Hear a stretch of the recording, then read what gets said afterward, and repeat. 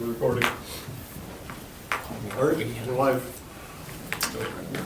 All right, we'll call the meeting to order. Improvement Services Committee of May 14th, 2019. Roll call. Alder Weary is present. Alder Burnett present. Alder Johnson present. Alder Nicholson is coming. Approval of the agenda. Second. A motion by Alder Burnett, second by Alder Weary. Any discussion? Seeing none, all those in favor say aye. Aye. Opposed, nay. Approval of the minutes, item C. Move to approve. Second. Motion by Alder Burnett, second by Alder Weary. Any discussion? Seeing none, all those in favor say aye. Aye. Opposed, motion carries. Regular business. Item number 1, consideration with possible action request by owner of parcel 22-SC490 to subdivide parcel, redistribute currently deferred assessments.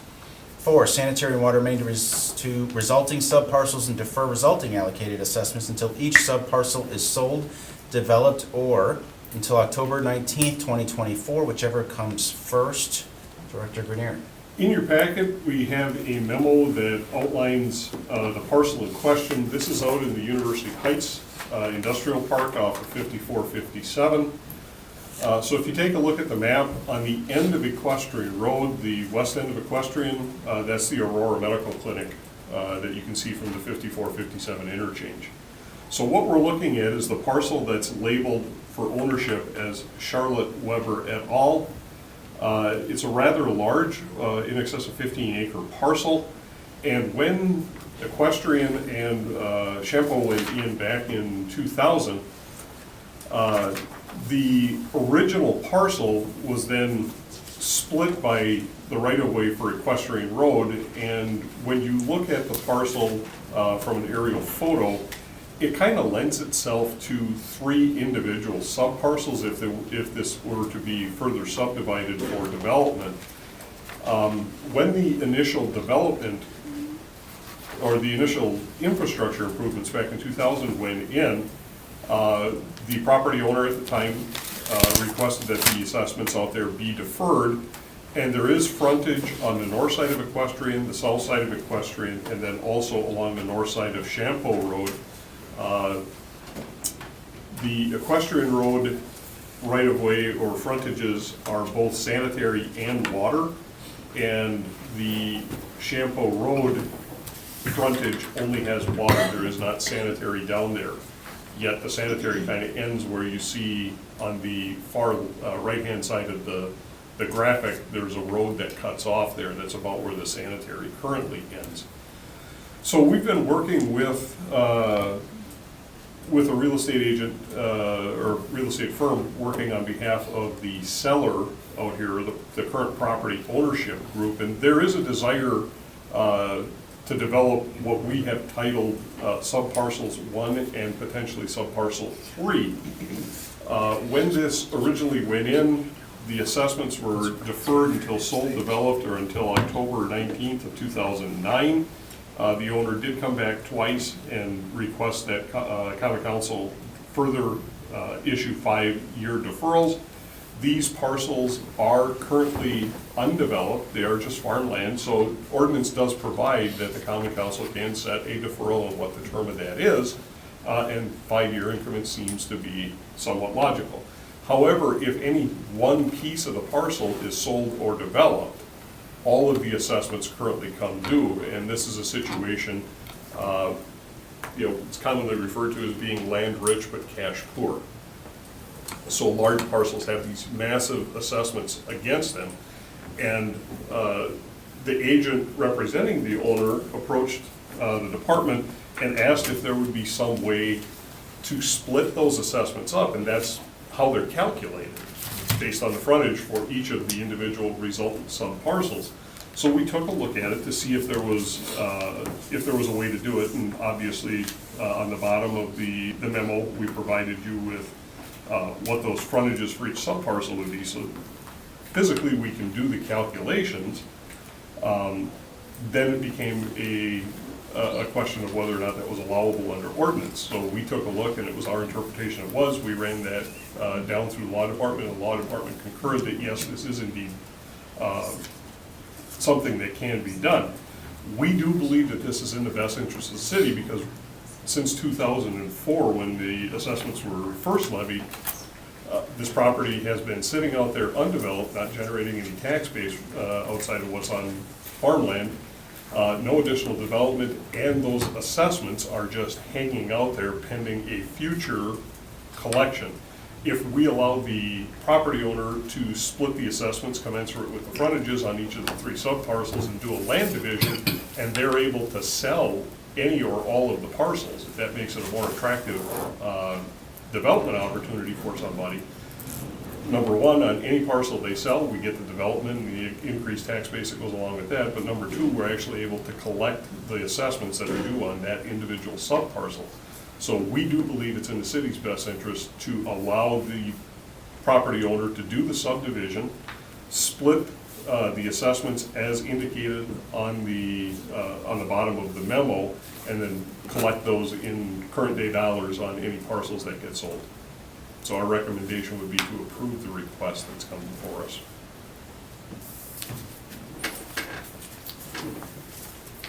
Joe, did you want to speak?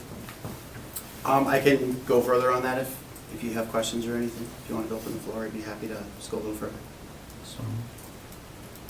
Second.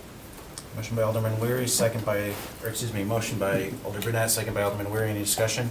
Seeing none, all those in favor say aye. Aye. Opposed, nay. Okay, thanks. Joe Moore, and I'm representing Seidel and Associates at 839 Lombardi Avenue. The property is listed by Seidel and Associates, has been for many years. Of course, we've seen the deferments from 2009, 2014, when the market was completely crashed. There was really no hope of anything coming in. Well, the economy's doing pretty well right now. People have money, they want to spend it, and this just makes it easier for them to come in and spend it. I'm representing a buyer, coincidentally, as an associate with Seidel, and that is looking at developing the southernmost 10 acres. And there is an accepted offer already on the further north 1.6 acre parcel that is currently split by Equestrian. So the 1.6 acre parcel is scheduled to close first. In order for all this to happen, a certified survey map needs to be done. This all needs to be parceled out. Once the map is done and that 1.6 acre parcel were to sell, the entire assessment would be due.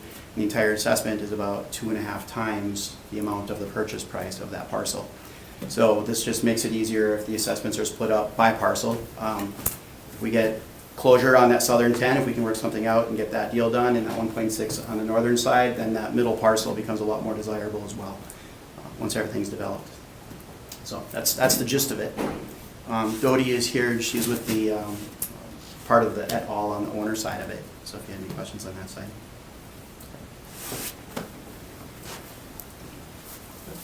Any questions?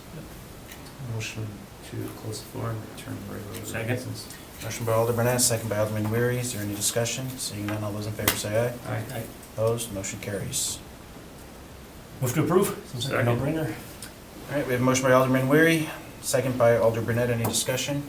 There's, basically, Steve, they just want to develop the land, right? Correct. The big difference here is, as Mr. Moore indicated, all of those assessments would immediately become due if they split the land. Here, what we're doing is we're taking the individual assessments, tying them to the resultant parcels after division, and only collecting when those smaller parcels get sold. But we are going to collect. Absolutely. All right. It just makes it a more I'm good. equitable I'm collection. good. Okay. Any other discussion? Seeing none, all those in favor say aye. Aye. Opposed, motion carries. Alder Nicholson, you're on item 2. Number 2, consideration of possible action and request by Alderman LaFave to look at curbside bulk and overflow pickup.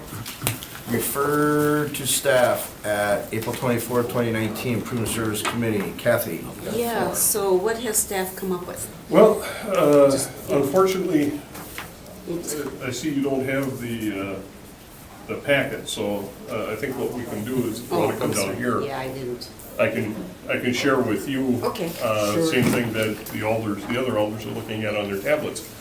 So we did take a look at what it costs us to run the program. So our annual bunker program runs us about $724,000 a year. The 4 weeks of overflow, the extra bags you're allowed to put out are about $8,200 a year, so it's about $33,000 for the total year. So $8,200 per week for each of the 4 weeks. And then the curbside bulk collection is for each of the 2 weeks is about 32,500, so about 65,000. So the bulk and overflow runs the city about 822,000 for the year. So then all we did with the next couple of sheets is show you exactly how we came up with each of those subtotals, what goes into it. See, that's labor and cost of disposal? Correct. So for instance, the bunker program, we spent about 780 hours with each of 3 dump trucks. Total of 1,560 hours with a loader, 832 hours for each of the 3 truck drivers, 1,820 hours for the loader operator. We usually employ 2 bunker monitors, about 2,700 hours per year. So then the tipping fees, it's about 1,700 tons that comes into the bunkers at $43 a ton, that's 73,000. So that's where you come up with the 724, 327 that we quoted earlier. Operations Director Pierlot did also split out by labor, equipment, and tipping fee for the overflow curbside and the curbside bulky waste. Then what we did is we provided you with a summary. Chris did talk to a total of 23 communities across the state, everything from our neighboring communities, Alloway, Ashwaubenon, Bellevue, De Pere, Appleton, Eau Claire, Fond du Lac, Howard, Janesville, Kenosha, La Crosse, Madison, Marinette, Menasha, Milwaukee, Neenah, Oshkosh, Racine, Sheboygan, Stevens Point, Waukesha, and Wausau. So we tried to get as big a cross-section as we can.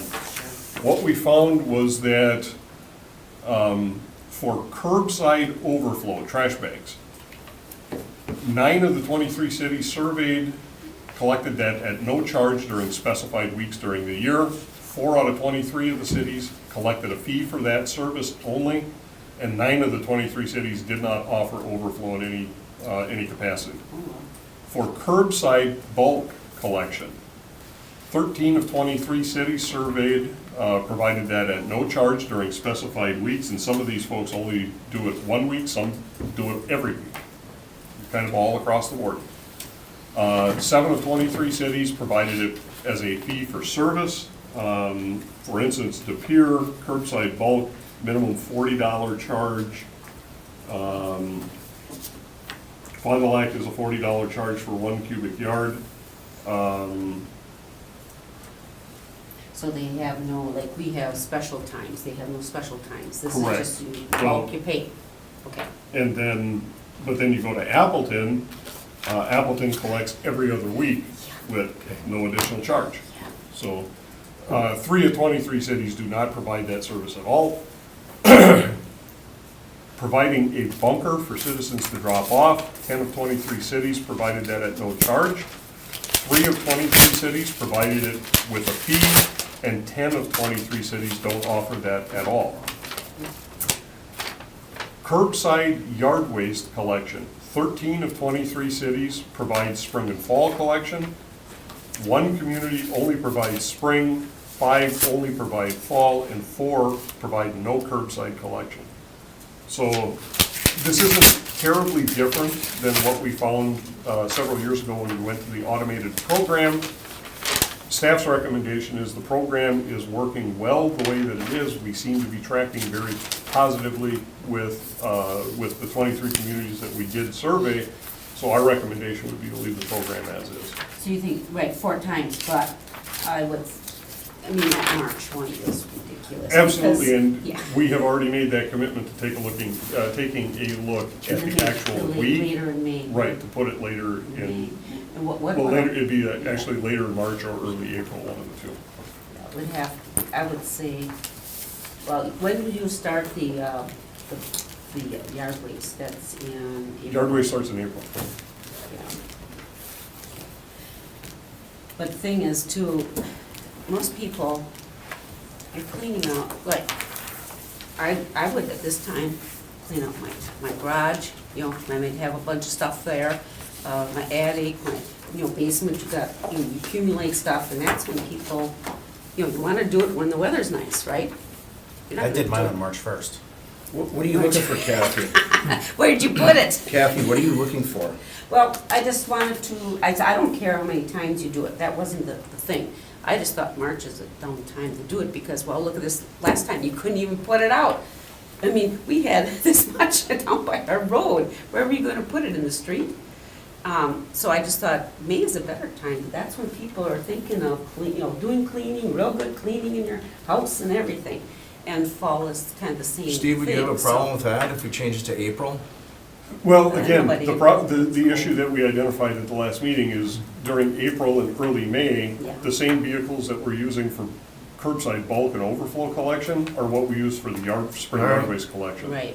So So- if we were to go in May, and again, what we did before we set that date, we looked at historical trends and we picked the highest volume week, and that happened to be that second or third week of March, whatever that happened to be. Okay. I'm not opposed to changing the week, because I think if you tell people and you get it out there, Sure. I think they They will will. react to that. Sure. What I might suggest is that we would do, if you want to delay it, and you want to put it more into a warmer weather period, that we do it after spring yard waste collection, Like That'll put us midway or the third week. closer in to May, huh? around Memorial Day, third week of May, Yeah. something like that. The downside to that, and I do have to make sure that I give you all the information. Then the requests to extend spring yard waste have to go away, because I gotta switch those vehicles out and get into bulk. I can't collect the same, Because you finish with the yard waste. typically around Mother's Day, Mother's Day, okay. which is the second weekend of May. Mhm. Anybody have any questions or concerns? Motion to receive and place on file. Well, okay, there's a motion to receive and place on file. We're under discussion. Go ahead, Kathy.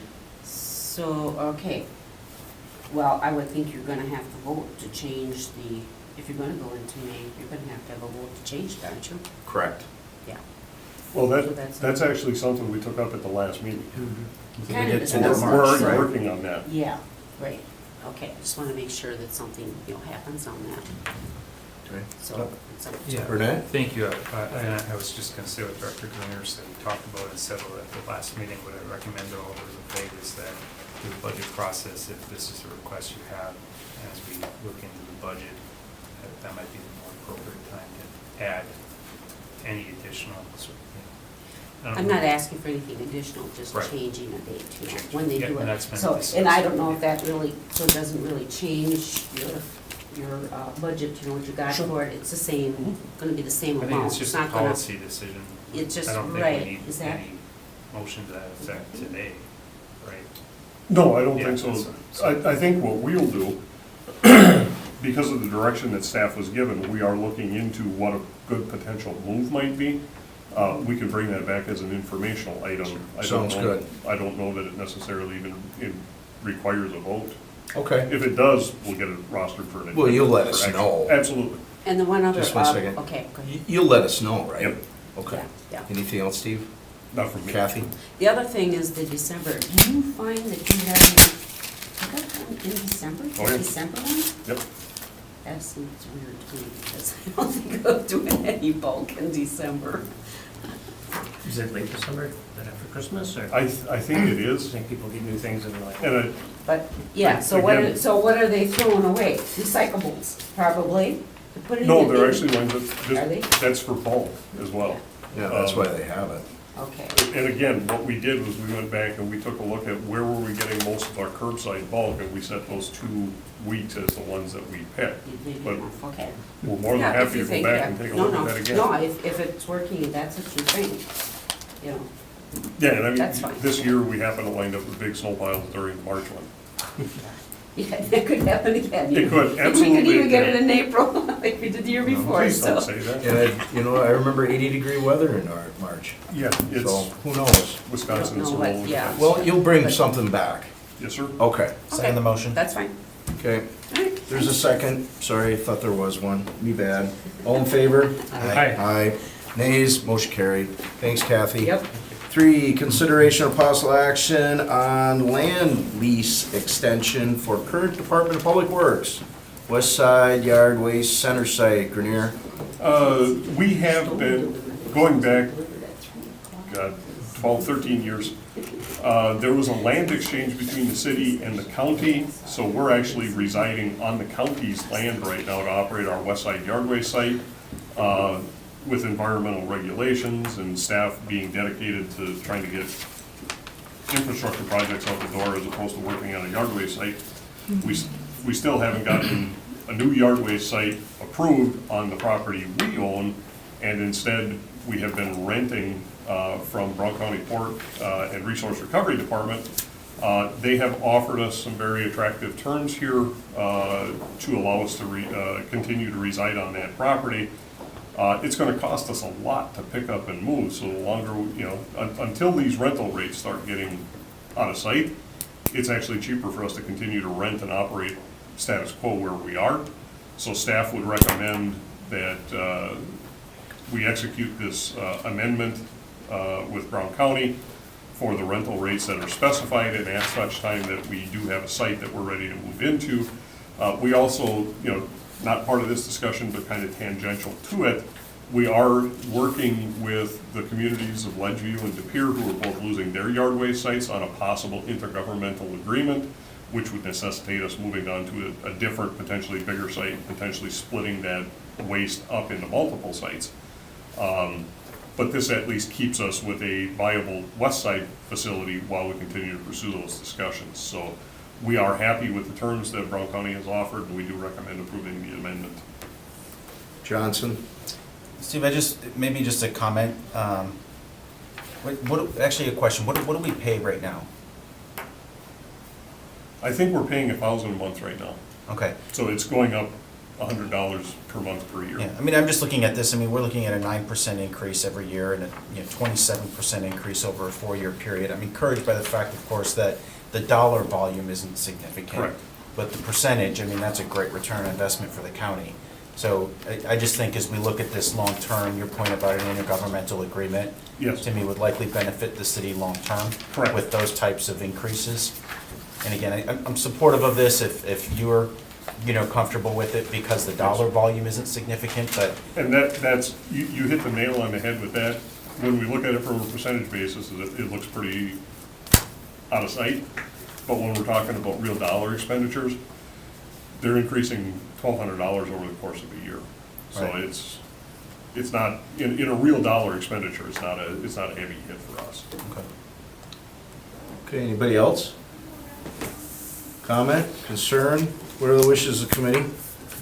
Move to approve. Motion approved by Johnson, second by Burnett, under discussion. Hearing none, all in favor? Aye. Ayes, motion carried.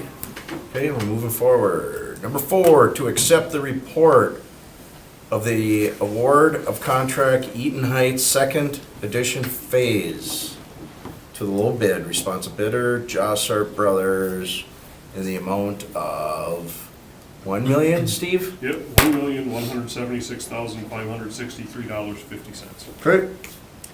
This was one that you gave us the authority to award at a staff level to keep the project moving forward. This is a pretty substantial subdivision on the northeast side of the city, north of Humboldt Road, up near Highland Howies, if you're familiar with that area.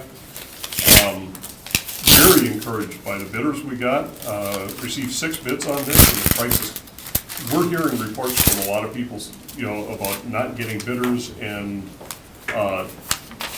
the price increase that we're seeing is in line with what we were expecting, so it wasn't that the prices were out of whack, and the fact that we got 6 bidders, and all the prices were relatively consistent with each other. So we were very happy we did make that award. Project is moving forward. That's gonna increase probably, I think it's another 15 lots or so. 15 to 18 lots. 15 to 18 lots, so, and they are chomping at the bit. We actually have construction companies following our road building and sewer equipment around, trying to erect foundations as we're still trying to build a road. So we're just reporting that out to you that we did make that award. Okay, so what are you looking for then? Do we receive the place and file? No, this would be for you guys Approve to. report. Okay. Yeah. Motion to accept the report by Johnson, second by Second. Worry, under discussion. Hearing none, all in favor? Aye. Nays, motion carried. Number 5, consideration of possible action on request by the Department of Public Works to authorize Department of Public Works to award contracts in the 2019 capital improvement program at a staff level subject to the following conditions. A, delay in bringing forward a recommendation to award at the next regular scheduled committee meeting would result in an unacceptable delay in starting construction. Are we gonna handle these one at a time? No, it's both conditions. Oh, okay. Any projects so awarded would be reported out at the next regular scheduled meeting of the Improvement Services Committee. This is the same request we brought to you the last couple of years, because we're going into summer schedule, only meeting once a month, that you make a recommendation to the common council, and the common council give us the authority to award construction contracts during summer schedule, and then we report those back out to you when we meet, so we don't delay projects. So, right. And then, Steve, you will, if there's any issues, you'll let us know. We can get okay, thanks. Yep. All right, Johnson? Yeah, I think a similar proposal came before Protection Policy Committee the other night, last night, and I opposed it. And the reason I opposed it is because, I mean, the argument again was the summer schedule concept. And I've just at least seen here a number of bids that have come forward. Well, we've only had one bidder, or a number of projects, right? We've only had one bidder, and I know I opposed the elevator project because, not because I didn't think it didn't need repair, but $1 million without a competitive bid just didn't sit well with me. I know we've got another bid coming up on, later on the agenda here that's gonna be in a similar circumstance, and is there 2 bids? There will be 2. Yes. Okay, that makes me feel better. No, there's actually 2 contracts that each had. Oh, that each had one bid? Yep. Okay, that doesn't make me feel better. So again, it's just one of those things, and I think the legislative body exists for a reason, and that reason is to make sure, you know, that there's proper oversight of some of these things. And I want to be clear, Steve, that I'm not trying to send the message that we don't trust staff to make That's these fine. decisions, but the legislative body has a responsibility here. And if we're not meeting frequently enough to meet that obligation, I think that is a relevant discussion. And you know, we had that about a year ago, I think, when we made some decisions there. But I think in the spirit of consistency with my opposition at the protection policy, I'm going to do the same thing here. And again, not a reflection of our staff's ability to make these decisions, as it is that I think it is important that, as a council, that we do maintain oversight over those things for which we're responsible. Okay, anything else? No.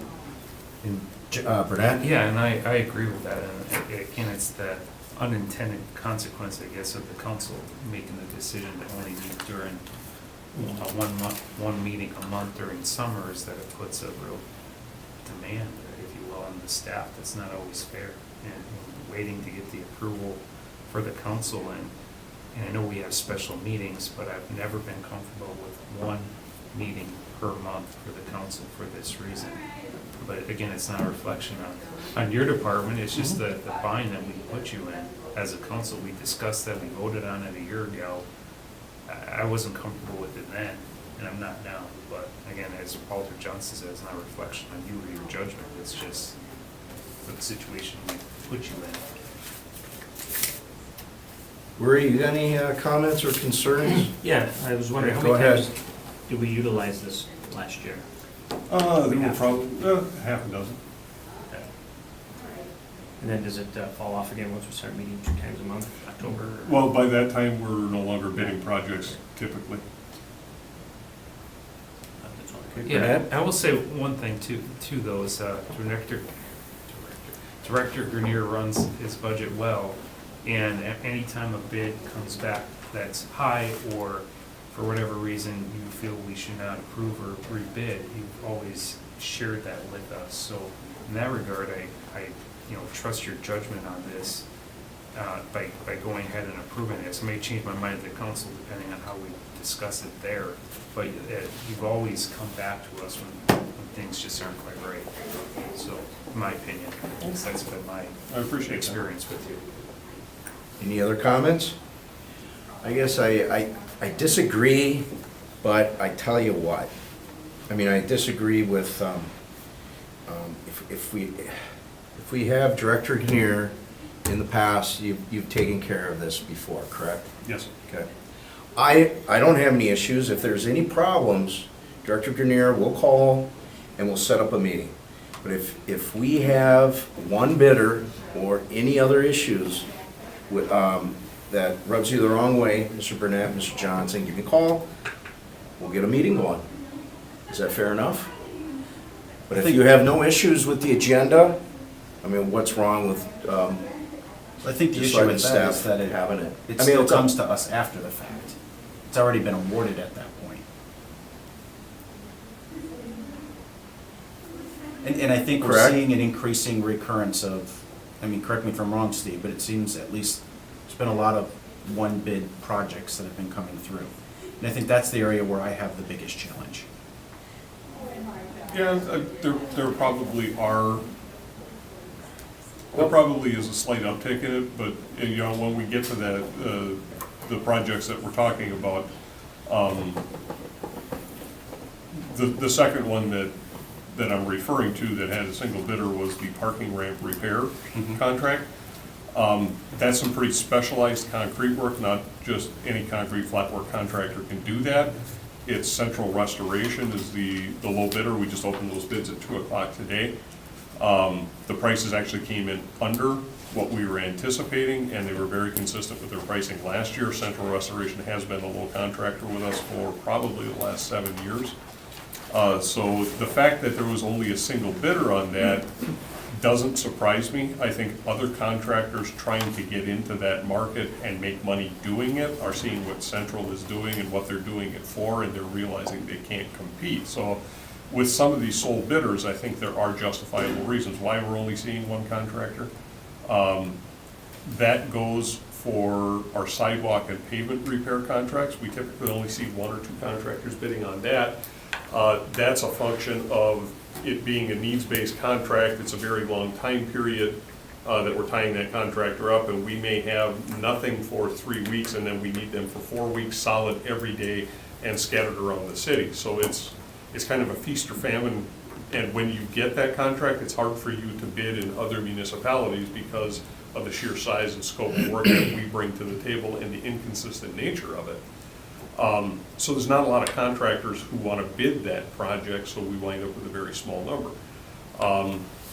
Not sure, and I don't know if Director Ditchite's going to have any insight as to why things turned out the way they did with this Colburn Pool project, because we had a lot of interest in that, and I just don't know why we got one bidder on it. That's one of those oddities that I don't know. Relative to how the bidding process works, one thing I do feel comfortable telling you is that, you know, we do strictly adhere to public bidding statutes, and we do this in conjunction with the law department. So everything we're doing is, you know, completely transparent. We're following the public bidding laws that are out there. None of that changes whether we're doing a prior, you know, given prior authorization to award or not. And obviously, if we don't have the money to pay for the work, we're going to recommend that the project not be awarded. If it comes in over what we have money to spend, we're going to make the same recommendation to you if you're here, or we would make a simply not award the contract and report that back to you as the reason why the bids came in over. So.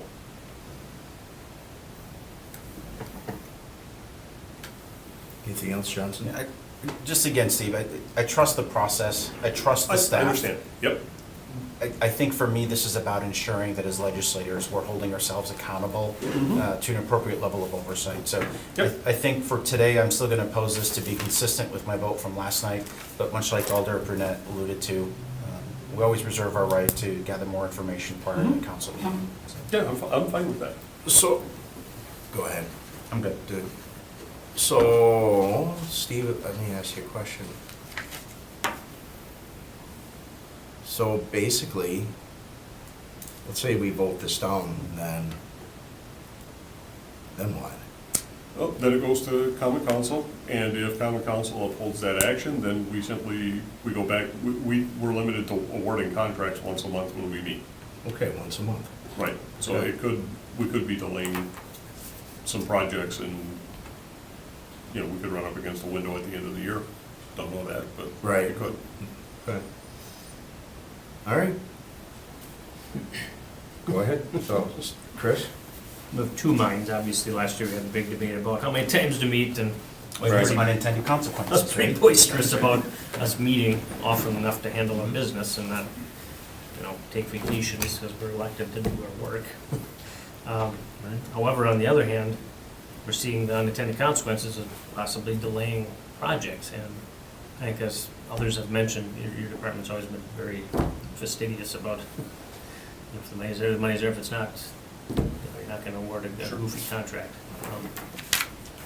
So I'm going to vote in favor of the recommendation because we've been put in this situation. I'm not sure yet. Mayor Ginrich has said he's still open to re-looking at the summer schedule, so I don't know what it's going to look like. But for this year, we've been put in this situation, and I don't want to hamper the projects we have going, so I'm going to err that way. You know, to some point, I agree with you, Worry. I see a Kathy. Not the chair then. I agree with you, Worry, and if we have any issues, like I stated before, Director Grenier would get a hold of us and we would have a meeting right away. So, I don't see, I understand, we gotta be, we're still accountable, because basically, it comes upon to us, and if there's any big issues, Director Grenier will let us know, we get a meeting going, but I guess that's my 2 cents worth. Kathy? That's what I was kind of saying, what you said, Alderman Nicholson, is that, remember we said that we could always have extra meetings if we have to. If something comes up that really needs to be done, the business has to be done, and we'll just call a meeting. It could be even the common council. We could call an extra common council if we need to. Because we said we didn't want to tie it, we like, situations like this to happen. Tie us down to, you can only meet once, a month, and then we got problems. So that's what, that was the stipulation. I'm pretty sure that's what we said, that we were going to leave it so that you could always have an extra meeting if you need it in the summer. Okay. Make a Thank you. motion to approve 5A and B. Motion by Burnett to approve 5A and B. Second. There's a second by Worry. Under discussion? No discussion? All in favor? Aye. Aye. Nays? Nay. 1 nay. Recommendation goes to the city council next week. 6, consideration of possible action on the review and award of the following contracts. Steve, you want to handle this one at a Certainly. time? Okay, A. Adam, Green Bay Water Utility, dredging, sludge, lagoon number 2. Director Grenier. In your packet, we provided you with a summary of the bids. We had 3 bidders in discussions with Green Bay Water Utility. They are recommending award of base bid plus alternate 2 to Express Excavating Incorporated, the low responsible bidder, in the amount of $79,712.50. Okay, any questions or concerns? If not, I'll entertain a motion. Move to approve? Motion to approve by Johnson, second by Worry.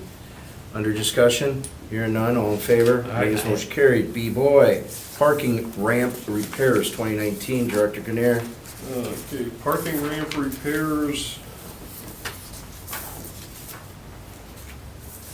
Don't tell me that I the same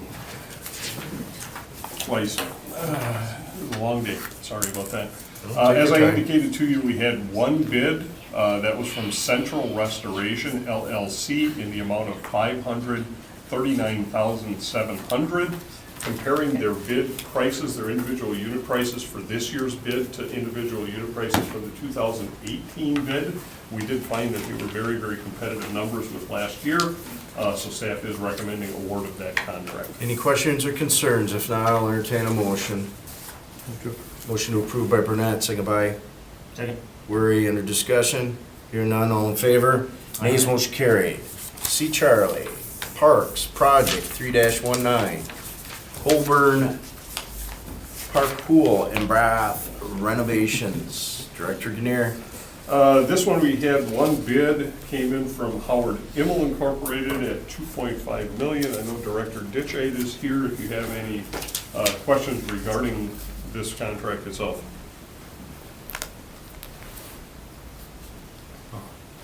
Any questions or concerns? Yeah, Go ahead, Burnett. do you see Do you think it's high? I mean, does it seem high? It seems high to me without any level of expertise. Again, for that, I'm gonna defer That's to right. Ditchite on this, that's why. And the other thing I thought of as you were walking up, before you're walking up, it's just the roundness of it, the 2.5 million, like, as if it was just, I hardly ever see bids that are That exact. evenly perfect. So it makes me think that it was rounded up unnecessarily, perhaps. All right, I'll just give you a little bit of history here. So we bonded $3.5 million to renovate Colburn Pool. We went through 3 different renditions of renovating this pool. The first 2 were thrown out because the cost was higher than the 3.5 and considerably higher. So the initial concept was a complete renovation with a brand-new pool and bathhouse. The second one was just renovate the bathhouse but get a new pool. And then this one, what we were directed to do about a year and a half ago, was to just do whatever we need to do to make the pool last another 20 years. So that was the direction given by staff at Park Committee and City Council level. So what we ended up doing, if you look at these plans, this is what the scope of work was. So the first plan, or the first sheet, just shows a rendition of what the exterior is gonna look like when it's all said and done. We really didn't do any renovations to it other than replace the siding and the roof and windows and doors. So it's really just maintenance only. We really didn't do any structural work at all. If you look at the second page, this gives a summary of really what's in this contract. So in the bathhouse, if you read over the bullet points there, it's really just a cosmetic fix and taking care of maintenance, things that we haven't done since we opened the pool 50, 60 years ago. So it's taking care of ADA compliance issues. It's, just doing cosmetic fixes, so renovating the bathrooms to modernize them, renovating the shower rooms to make them up to code, and then the rest is just tile the floors, paint the building, the roof needs to be replaced. And then we are just doing a couple of minor renovations to the storage areas and the way that you enter the pool, because it wasn't ADA compliant with how it was, and this is going to give us some additional storage. As far as the pool itself, really we're not changing the pool basin at all. It's the same basin. All we're doing is repairing the gutter because it's not level, and then we're adding a liner to the pool, which should last about 20 years is what we're being told. And then in the basement, though, that's where the majority of the cost is spent. So the basement is actually replacing all of the mechanicals, because nothing's been replaced down there since the pool was in place or installed, and everything is just aged. So it's replacing all the pipes, all the pumps, all the filters with new equipment that will last another 20 years, plus beyond if the pool stays open past that. And then on the site work, so the third page shows the site work. It's very little site work. All that we're really doing is changing the fence configuration a little bit, redoing a little bit of the concrete between the bathhouse and the pool, which isn't shown on this plan, but it's very minor, and then adding a permanent concession stand. So that's what this work entails. Now, the concession stand will be done by park staff at a later date, so that's not part of this contract. The pool, the estimate for these renovations was $2 million, was the engineer's estimate. The bids came in at $2.5 million, so it is higher. And it is higher than what we talked about a year ago when we put together this plan. I think at the time, we said that the renovations would cost about $1.2 million. But as we kind of dug into it a little bit more, some of the renovations became a little more extensive than we thought. So the engineer's estimate kind of went from 1.2 million to 2 million. And then the bids came in at 2.5, which I agree is a high bid. It's higher than we would have liked to have seen, but it is within our budget. So we bonded $3.5 million.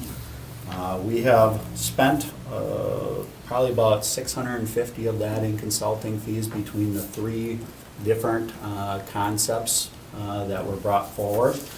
And then we did some renovations and did some stuff already. So our own staff renovated the bathrooms over the winter months. We purchased inflatables. We purchased the new chairs for the facility.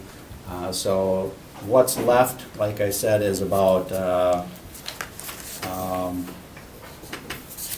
say 2.7 million is what's left, of which 2.5 million is the bid. So there's enough money to do it, but it's not quite what we talked about a year ago, as far as how much money would be left over. Burnett? Recent history, how many awards have we, how many projects have we awarded to Howard Immel Inc.? That means familiar. Have we done any business with them? Offhand, I don't know. Immel's definitely a reputable contractor. They're a large contractor. Yeah, the name's familiar to me. Yeah. I mean, is there any possibility, and again, not demeaning the reputation of Immel, that's not what I'm intending to do, but is it possible, sometimes I see bids come in that, just to put a bid out there, it'll be a high amount, like, we bid on it, but we're not gonna get awarded the bid, that, there's no risk of that here, is there? It's like selling a house, you put it out high, see if somebody will grab it, When you have one and you bid. negotiate. Right, if you have one bid, that's my main concern, other than have we done business with them. You said they're reputable, so that makes me feel better, but, as Alderman Nicholson said, sometimes you could just throw a number out there and hope it sticks, and I don't have much experience with this company to say. Technically, I'm sorry for interrupting, go ahead. No, I'm done. Go ahead, Johnson. Thank you, Dan, for that oversight. Now, what would be, I mean, if we were to send this out to rebid, because that's my biggest concern again, and I've talked about this before, it's that we've received one bid. This isn't a competitive process at this point. And I think it is our responsibility to have appropriate oversight, the fiscal management of these projects. And so what would be the impact to the department, to the project, if we were to send this project out to rebid? What does that process look like? I do have to tell you some additional information, which I didn't get to. I kind of want to answer your questions here. But you may or may not be aware, but over the last 5 years or so, since we've been looking at different renditions of this pool, the health department has kind of told us year to year, either fix it or you can't open.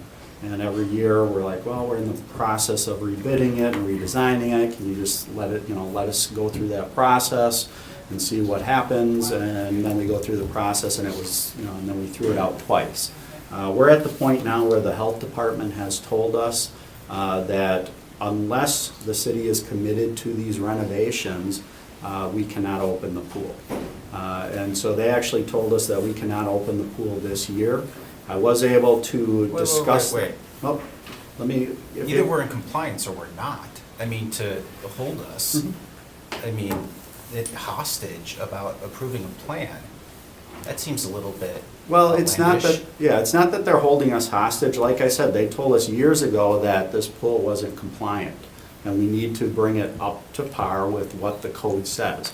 So it's been a recurring discussion with the health department for years, and in every rendition of the pool design, we have addressed their concerns, and they've said, okay, if you bid it out and award the bid, you've addressed our concerns. They're at the point now where we've bid it out twice, now this is the third time, and they're telling us we have to become compliant, so, before we can open. So what that means is basically, in order to be compliant, their main concern is the circulation rate of the water. And in order to do that, we have to replace the equipment in the basement. So the pumps have to be replaced, along with some other pieces of equipment. And they will not let us open this year without two things happening.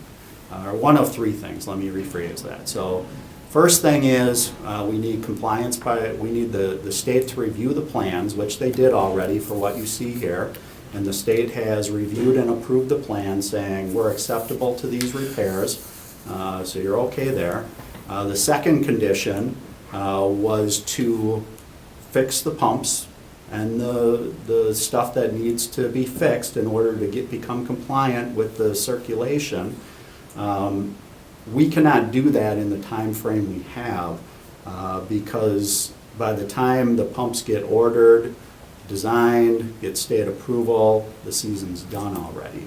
So the third option that the state or the health department said they would consider is if the city awards this bid, if we can't be in compliance with the second option because we can't do it in time, then the third option is if the city awards a contract showing that they're going to build the state-approved plans, then we can open and delay it for a season and then do the work in the fall. Because that's how it's set up right now, is this work would be done in the fall. Obviously, pool's open in 2 weeks, so we wouldn't be able to make these repairs in time for the opening.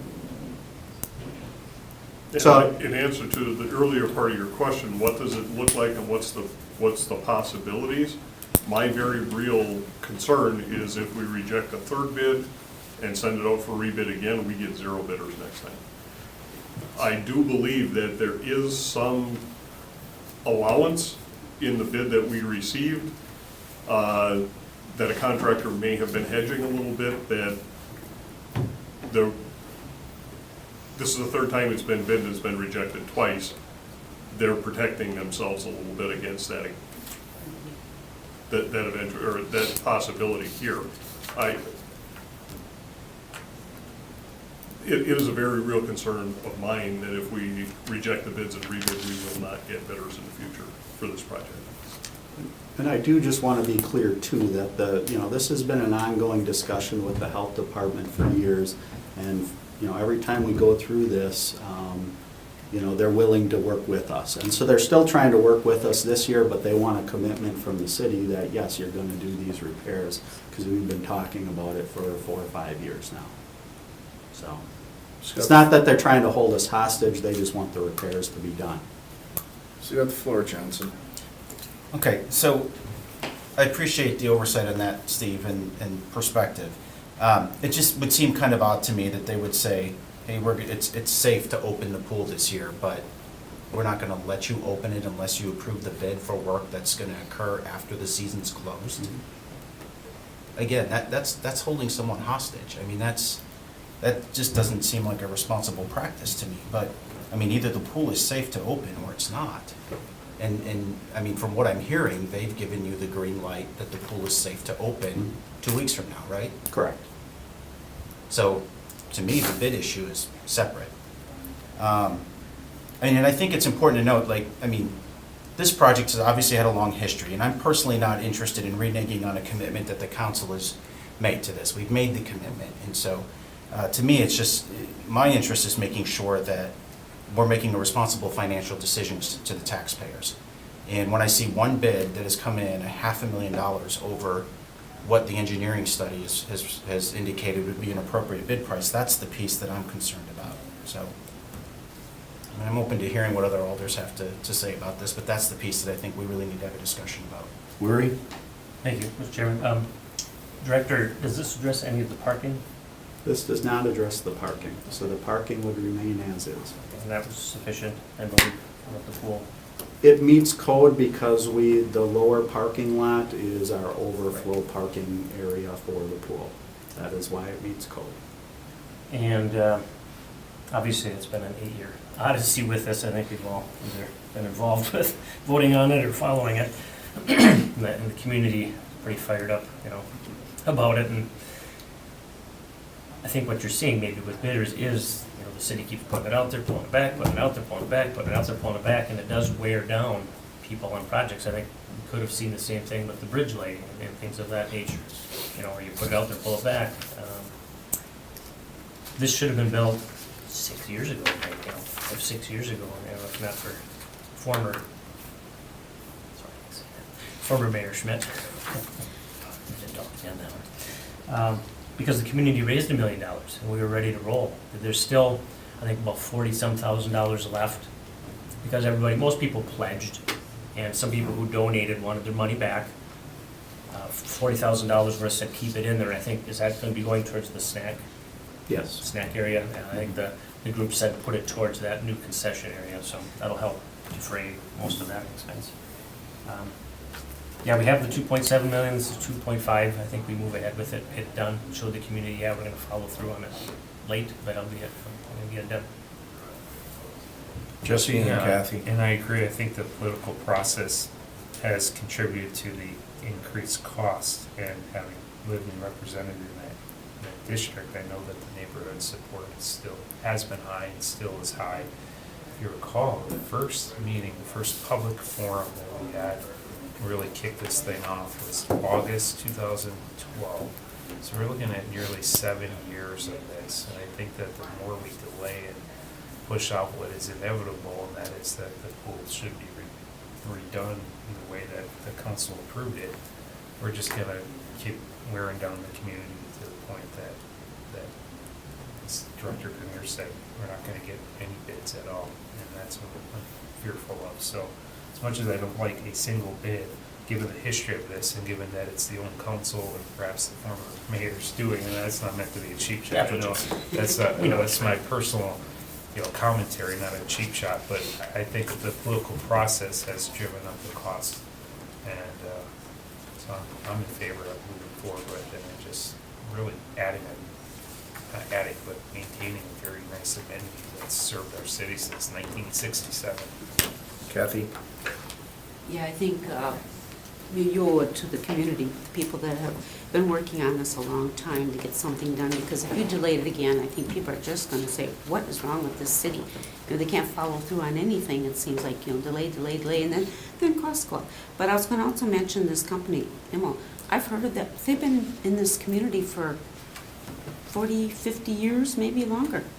They've been, yeah, so don't worry about the company, they've been in business a long time. I've heard of them, you know, off and on a lot of projects, so I think they're a good company, so. But yeah, it's a shame. I think it was, Steve had mentioned that because things haven't fallen through, I think other companies said, you know, why are we gonna bid on this? And, you know, they spend all the time, you know, it takes them time just to get their bid ready, and then you don't go follow through on it, so that might be a reason too, so. But I think, yeah, you gotta go ahead with it. Okay, thank you. Okay, anybody else? If not, entertain a Johnson. Just a closing comment. I want to be clear that I am going to oppose this, and again, it's about the opposition to the process. And the piece that I want to be clear about is that I am supportive of the project. I do think it is important that we finally get this project done, because, you know, there has been this back and forth badminton game that I think needs to end, and we need to honor the commitment that we made to the community on this project. But I think you know, and this goes back to the discussion that we had previously about the overseeing of the bid process. And to me, this is an example of something where I feel like the council does need to maintain an effective level of oversight when these projects come forward. So, like the project, just, it's the process. Hi. Entertain a motion. Motion to approve by Worry, second by Burnett. Second. Under discussion, here none, all in favor? Aye. Nays? Nay. Motion carried. Okay, number seven. Pavement 2-19. Oh, okay, D. David, payment 2-19, go ahead, Steve. Opened the bids today, we had 5 bidders. Benton Construction came in as the low responsible bidder at a total cost of $1,165,678.46. High bid was $1,798,926.99. That was the Groat. That was a flyer. All the bids came in. The four lowest bids were between 1.1 and 1.4 million, which was dead on with where we were expecting costs to be. We know DeGroat is busy right now. I think given the construction, the time that we let the contract and what the construction schedule is calling for, this is fitting in with what we call late season work, and that's where some of these contractors were looking to pick things up to finish their season off. So that's reflected in numbers. We were very, very encouraged with what we saw. So we are recommending award to Benton in the amount of $1,165,678.46. Any questions or concerns? If not, I entertain a motion. Johnson? Are we looking at 6D here? Because I don't see this information in the packet. We just opened the bids this afternoon. That's why you don't have it. It's not So in the the packet. bidding window on this was a few hours? No. They've had the bids for, the bidding process went for 2 weeks, but we opened them Oh, today. unsealed, We just okay. unsealed them and read the numbers Got today. it, semantics there. So there wasn't enough time to get All right, for GDCs too. to get it into the packet for you. All right, thank you, Steve, for this. This is what I was looking for. Yep. Move to approve. Second. Okay, there's a motion by Burnett to approve, second by Johnson. Under discussion, here none, all in favor, nays, motion carried. Okay, moving forward, number 7, consideration of possible action on application for concrete sidewalk builder license by the following. You got any issues with any of them? All are good. Okay, we'll take them all together. A, Adam, Everett's Concrete Construction. B, Green Bay Concrete. C, Widener Concrete Construction. Any questions? Motion on the floor is to approve. Second by Johnson. Under discussion, here none, all in favor? Nays, motion carried. Number 8, consideration of possible action for tree and brush trimming license by the following. Got any issues with A or B? No, sir, both good. Okay, we'll take them all together. Fall Right Services and Monster Tree Service. Any questions or concerns? If not, I'll entertain a motion. Approve. Motion by Johnson to approve, second by Burnett. Under discussion, here none, all in favor, nays, motion carried. 9, consideration of possible action on an application underground sprinkler system license for Lizer Yes, sir. of Wisconsin. Motion by Johnson to approve, second by Second. Worry. Under discussion, here none, all in favor, Aye. nays, motion carried. 10, consideration of possible action, request by Department of Public Works to grant license for concrete sidewalk builder, tree and brush trimmer, and underground sprinkler system at a staff level until September 17, 2019. Grenier? Again, this is similar to what we had with the award of contract. You gave us the ability to award these licenses at a staff level last year during summer to keep things moving along. If perchance there winds up being one that we would recommend not awarding, and we were to deny that license, they automatically have the right to appeal, and that appeal would then come before the next regularly scheduled. Okay. Any questions or concerns? Johnson? Just a comment, I am gonna support this one, and the reason is because this is approval of license, there's no financial impact to the city, but I want the public to understand why I support this one and why I did with the others. We need a motion by Burnett to approve, second by Second. Worry. Under discussion, here none. Sorry. All in favor? Aye. Nays, motion carried. Okay, we are at 11, consideration of possible action on request by Brian Mills, 512 Ontario Road for sidewalk study. Actually, it was for, not sidewalk study, it was for implement of sidewalks on Ontario Road. Director Grenier.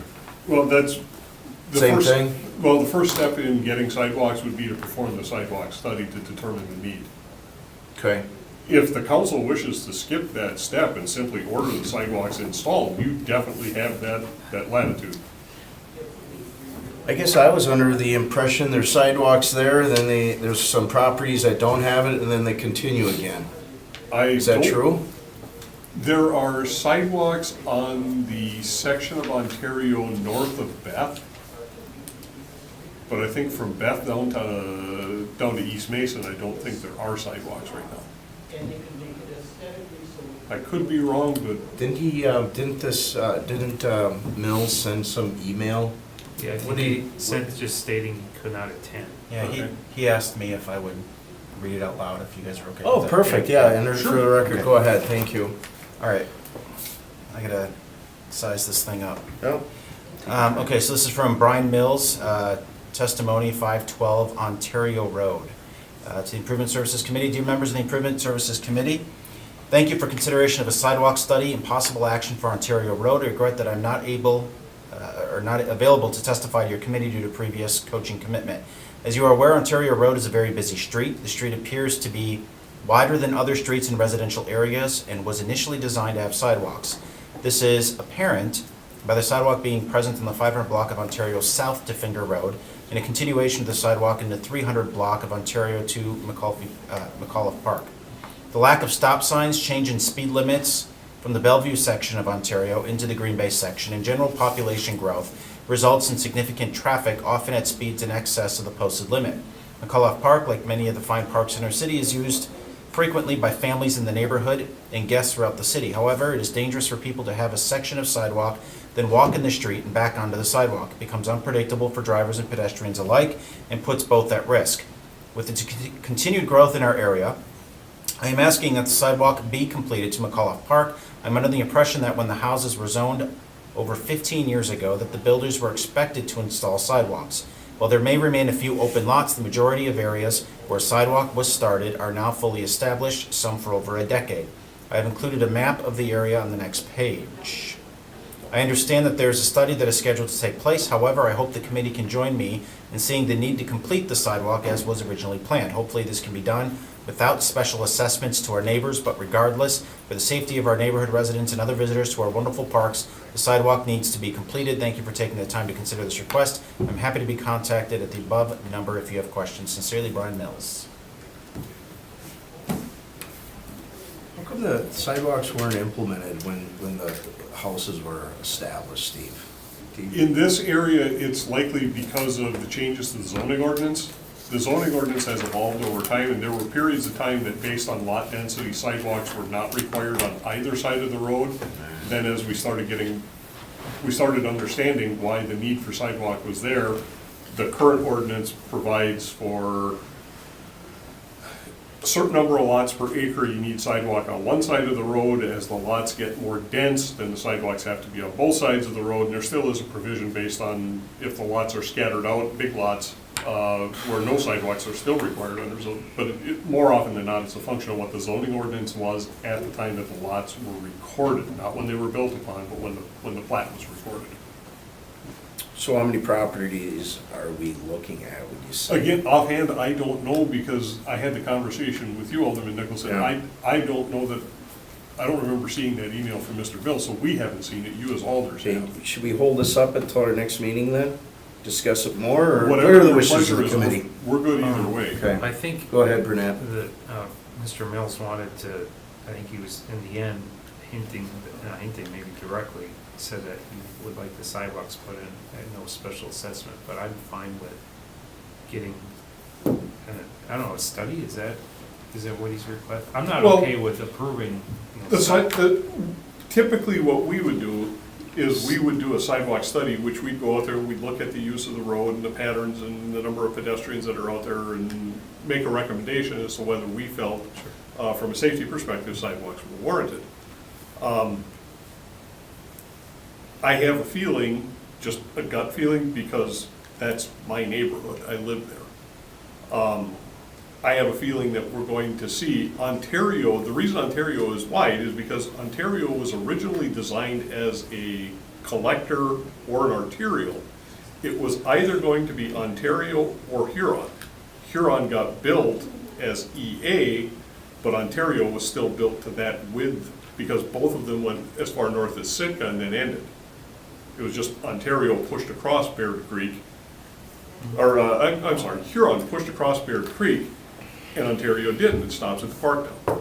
Okay, so with that, the road is designed for higher volumes. It does carry higher volumes than residential streets that come off of it, and as a result of that, pedestrians walking in the curb lane are, in my opinion, are unnecessarily placed at risk.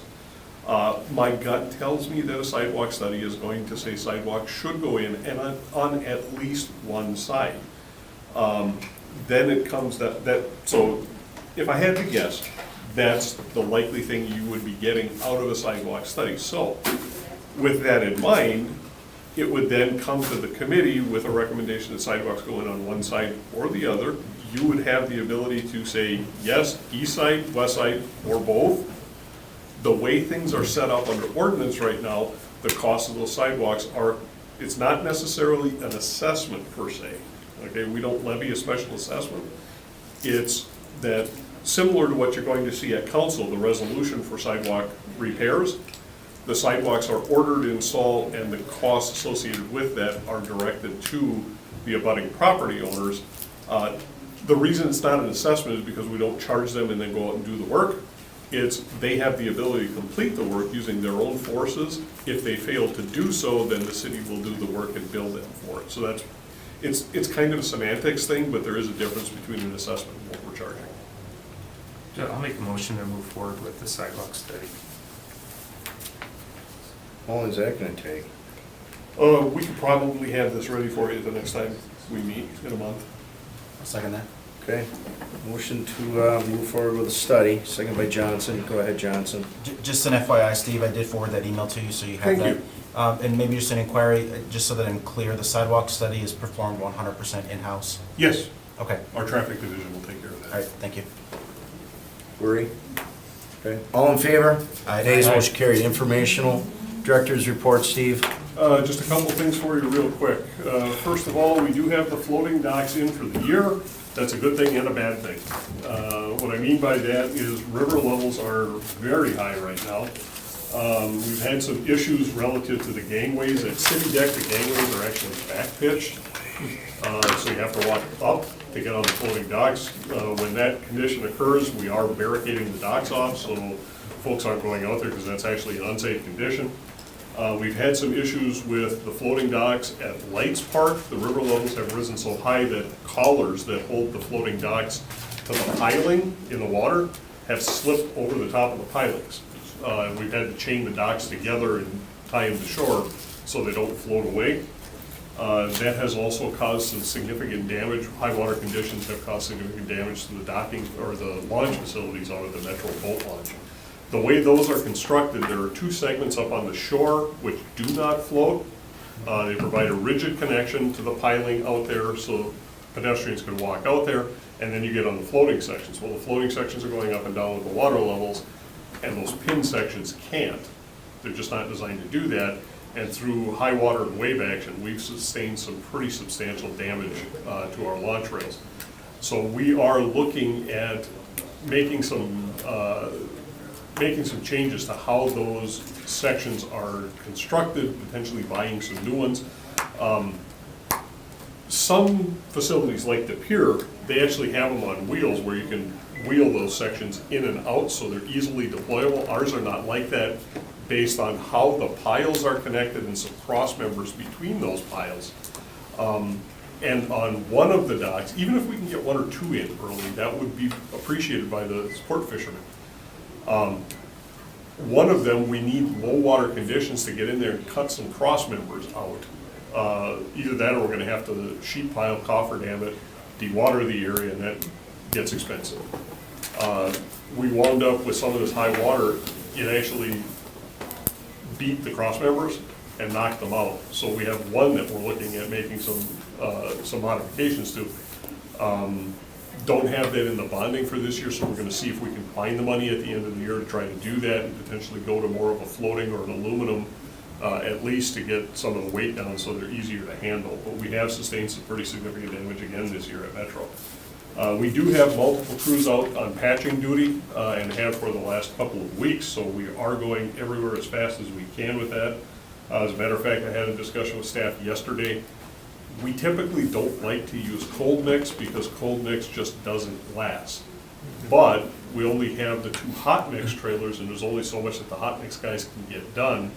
I have authorized the expenditure of money to go out and buy some cold mix because we can send other crews out and even if the patches only last 3 weeks until we can hot mix them, hopefully we can scrape up the cold mix and reuse it in another patch until we can get there with a more permanent solution. So we're throwing everything that we have on trying to get these pothole issues taken care of.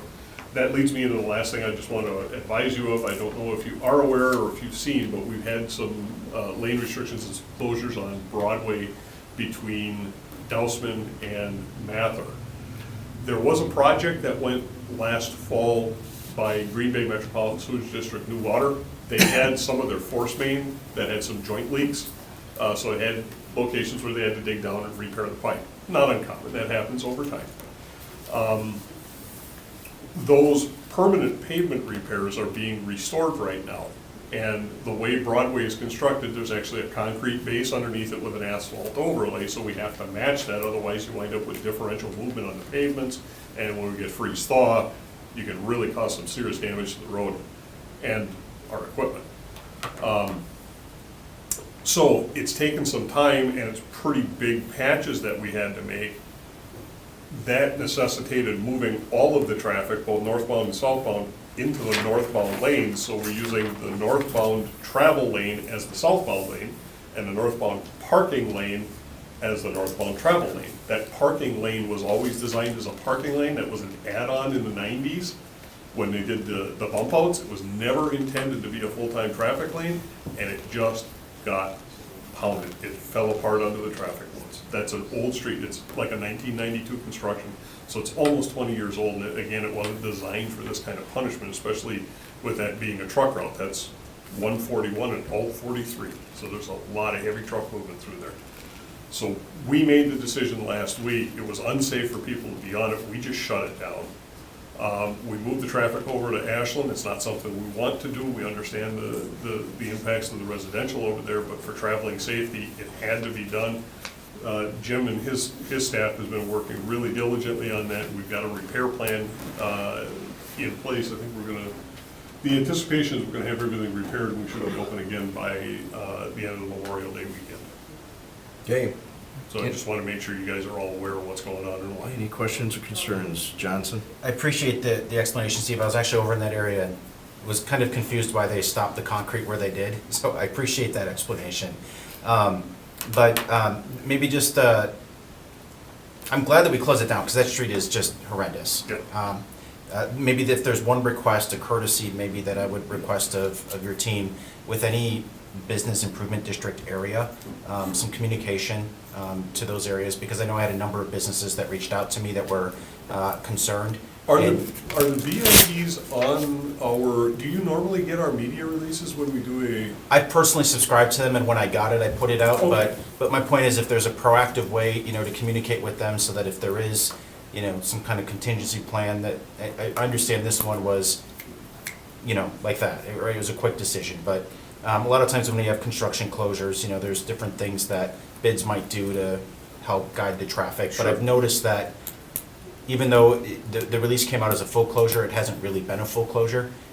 Even today I saw traffic going through there, so it's, I don't know if that's intentional or not, but no, traffic is going through there, just so that you know then. It's supposed to be hard closed. I've noticed some people, The We changed it contractor, today. the contractor pulled back to almost Elmore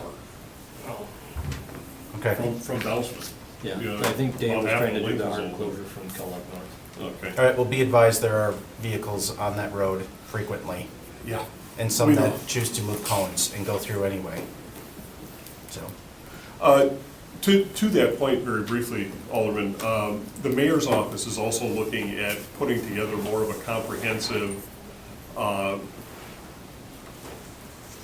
press release, outreach, community information type thing. That's not something that has really been a coordinated effort, so every department's doing it the same way, and everybody talking to each other. And that's an initiative that the mayor's office has started. So I'll definitely bring that forward to them as well, because there are other things beyond our road closures that could also impact BIDs. Right, okay, thank you. Anything else? If not, Just one question.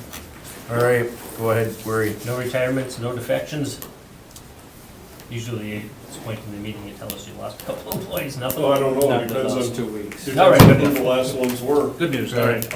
All right. Motion to Just receive will say and no. place on Motion to file. receive and place on file by Burnett, second by Johnson. Under discussion here, none, all in favor, names motion carried. Okay, Anybody left? tentative June 12th. I'll touch base with everybody, it should be okay, or? I asked, are we what you gonna looking at? have a monthly meeting? Or? We can do whatever we want. Just to have some agreement from the committee, just for my sake of my scheduling, with some personal changes in work schedules, just, we can talk We can talk. as committee, but just hope to Just have let me know. some consistency. So, motion to adjourn. Motion to adjourn by Burnett, Second. second by Johnson. Under discussion here, none, all in favor, names Aye. motion carried. We're adjourned. So yours, Worry.